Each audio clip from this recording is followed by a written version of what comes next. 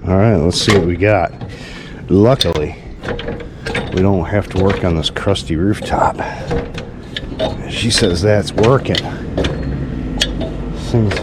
Things from 19, I don't know, whatever. Look at that thing.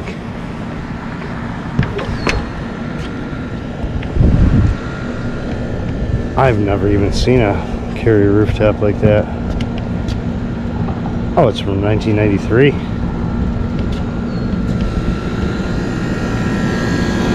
Dare me to look at the heat exchanger?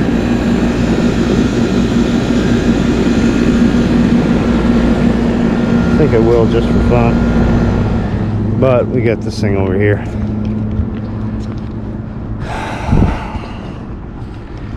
And do we have a disconnect?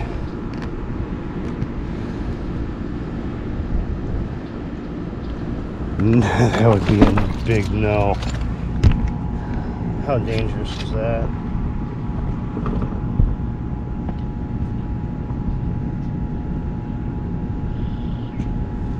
That's great.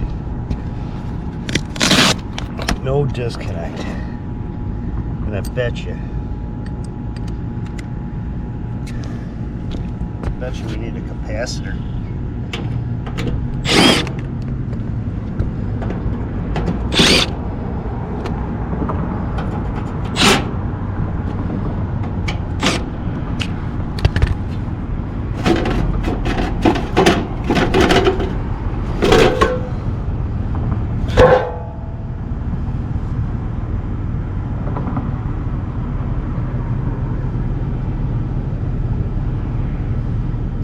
Voltage. Maybe we don't have any voltage. Capacitors, or the contactor's shut.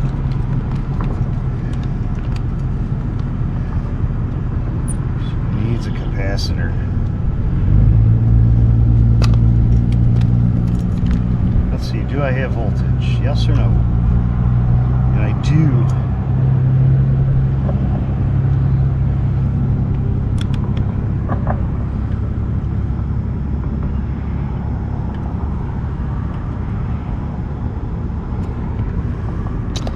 Let me go find the power. Okay, found the breaker on the back outside wall, not marked.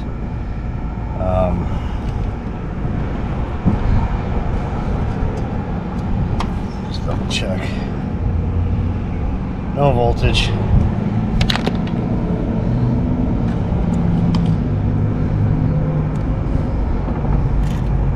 Oh, that's cute. I think it just falls off. That's for the fan.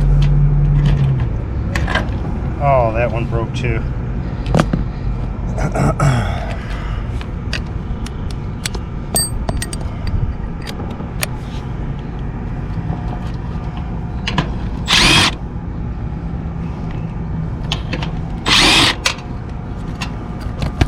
What is it?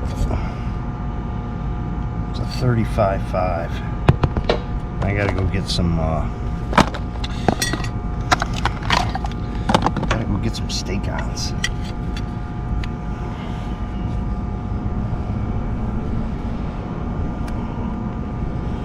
I was hoping this was gonna be more exciting.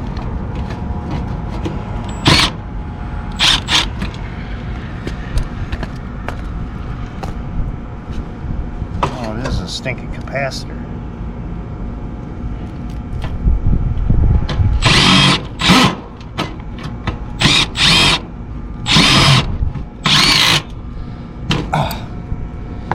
Let me go get some steak-ons. I gotta replace some. Forgot I had some in my bag.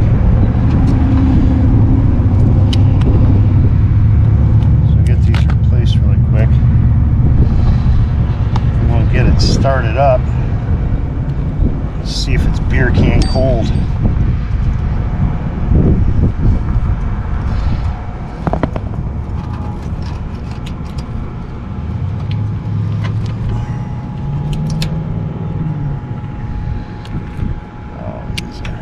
These are crappy.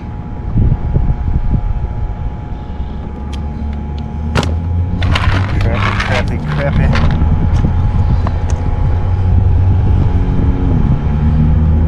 Then of course, you gotta work right next to the stink pipe for the toilet. It frickin' stinks.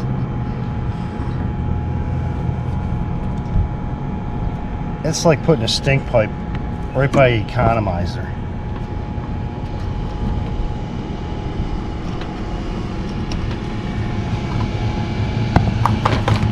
Let's see, this one is from 2001.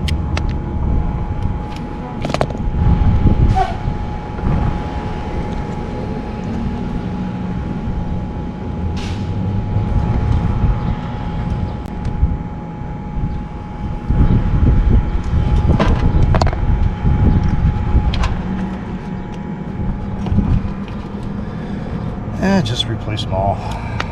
Well, all the ones on the capacitor.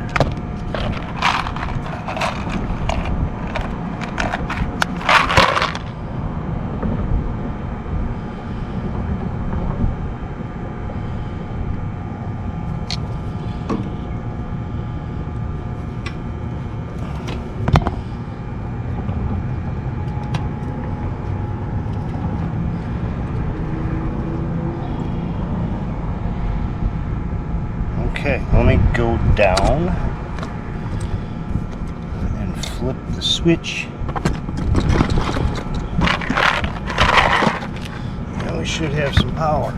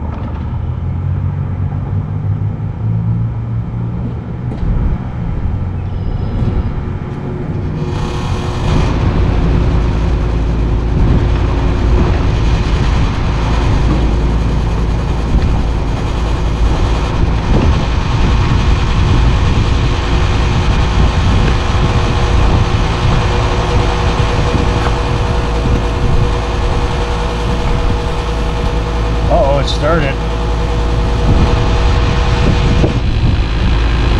It doesn't sound like I have a compressor.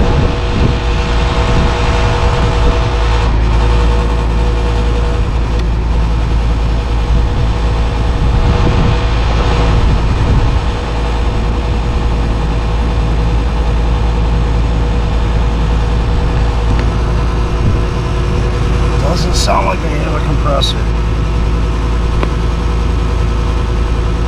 Do I have it hooked up right?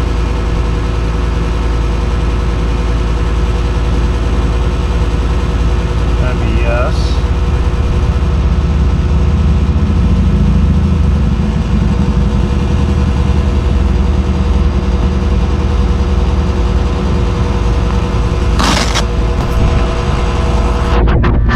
Oh, there it goes. There it goes. What's the max amp draw on this thing? Running amps 14.8. Oh yeah, yeah, beer can cold.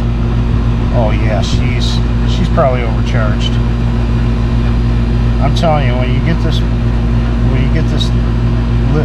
suction line instantly cold and it's warm in there, it's overcharged.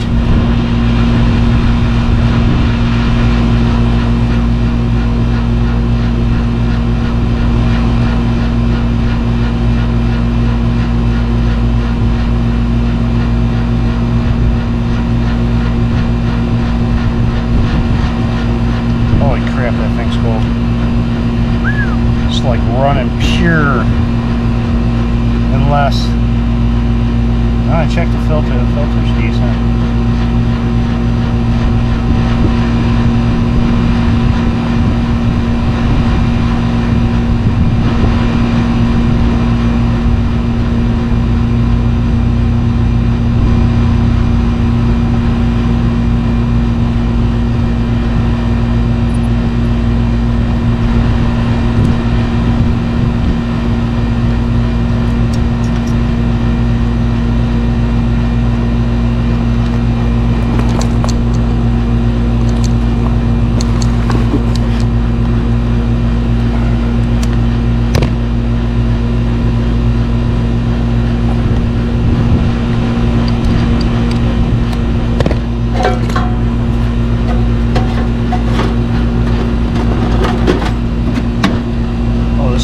junk.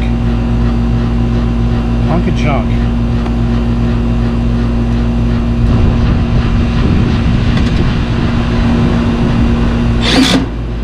Now let's put it on wood that's going to rot away. Can't afford a pad?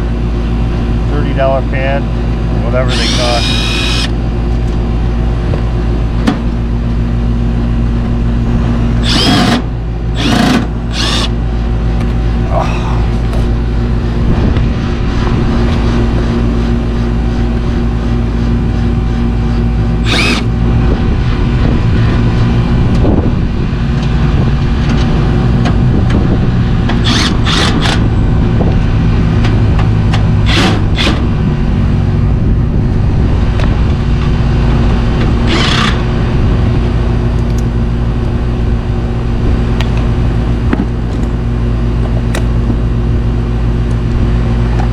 Snag some gauges.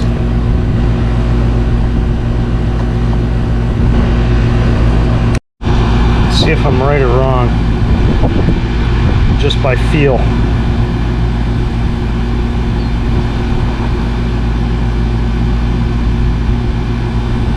What refrigerant am I working with? R22. Continue.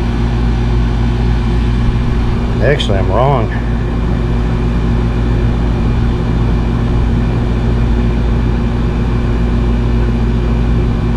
Wait a minute, I gotta let my probe cool down. Give it a second.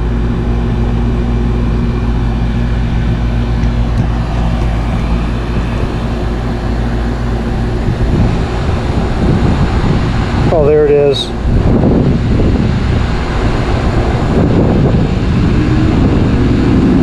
Boom, no superheat.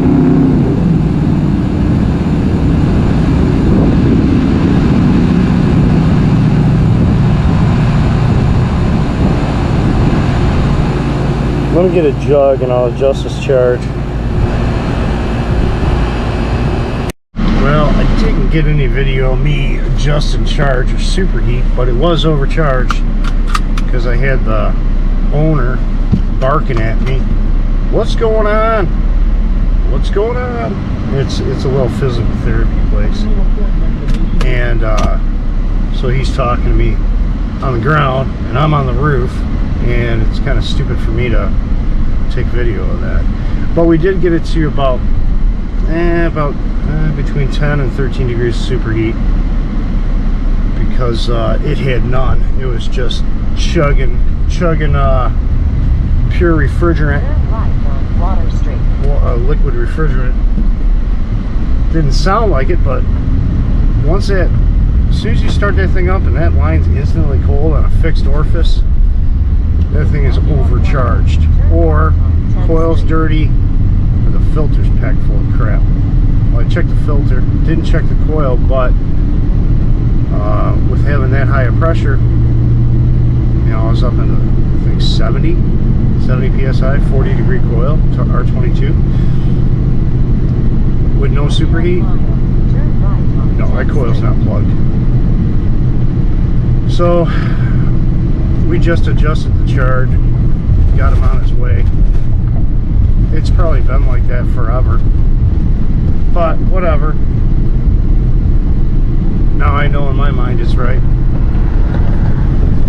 He'll probably see a little difference, a little colder air, having a lower temperature coil. Right around, instead of 40, you know, we dropped, what, we got it down to 34. Right around there, 34 degree coil.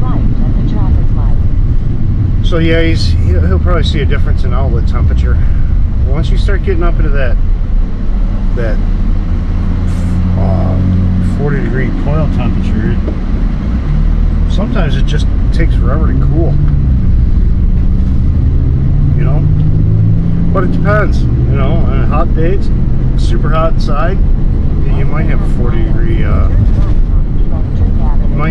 degree coil temp. Depends. You got to do your superheat calculation.